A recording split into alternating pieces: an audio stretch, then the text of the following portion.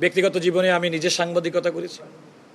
আমি অবাধ তথ্য প্রবাহে বিশ্বাস করি, কিন্তু একই সঙ্গে অপতথ্য, এআই তথ্য দিয়ে যেন মানুষ বিভ্রান্ত না হয় সে ব্যাপারেও আমাদের সতর্ক থাকতে হবে।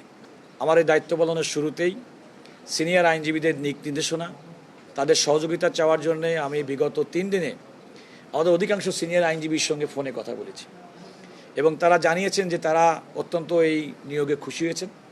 আমি তাদের সহযোগিতা চেয়েছি, তারা প্রত্যেকেই বলেছেন যে অ্যাটর্নি জেনারেল হিসেবে দায়িত্ব পালন করে তারা প্রত্যেকে আমাদেরকে সহযোগিতা করবেন। একটা কথা বলে রাখি, আসলে এই প্রফেশনটা একটা গুরু শিষ্যর পেশা। সিনিয়ররা আমাদের কাছে মাথার তাজ বলে আমরা পরিচিত।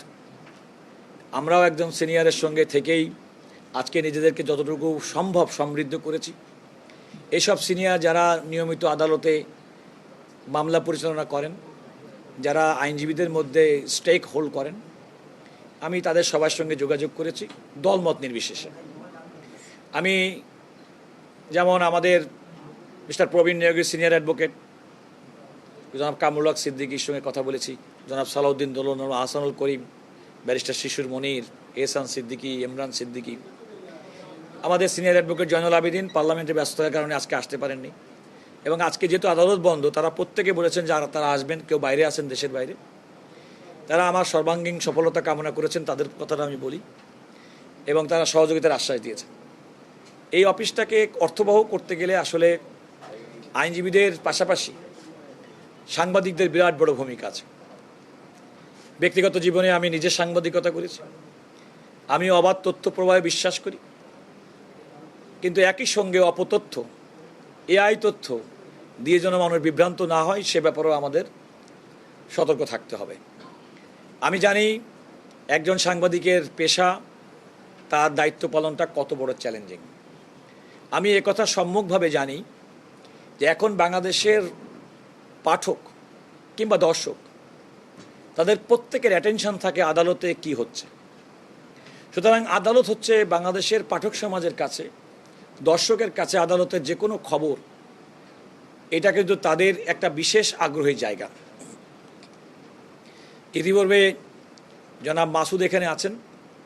আমি দায়িত্ব কিংবা আমাকে নিয়োগের পরেই তিনি আমাকে একটা ইন্টারভিউ দিয়ে একটা বিষয়ের দৃষ্টি আকর্ষণ করেছিলেন যে সাংবাদিকরা ইতিপূর্বে বিভিন্ন আদালতে প্রবেশ করে সংবাদ সংগ্রহ করার মাধ্যমে যে সুবিধাটা পেতেন সেটা একটু কিছুটা সংকুচিত হয়েছে।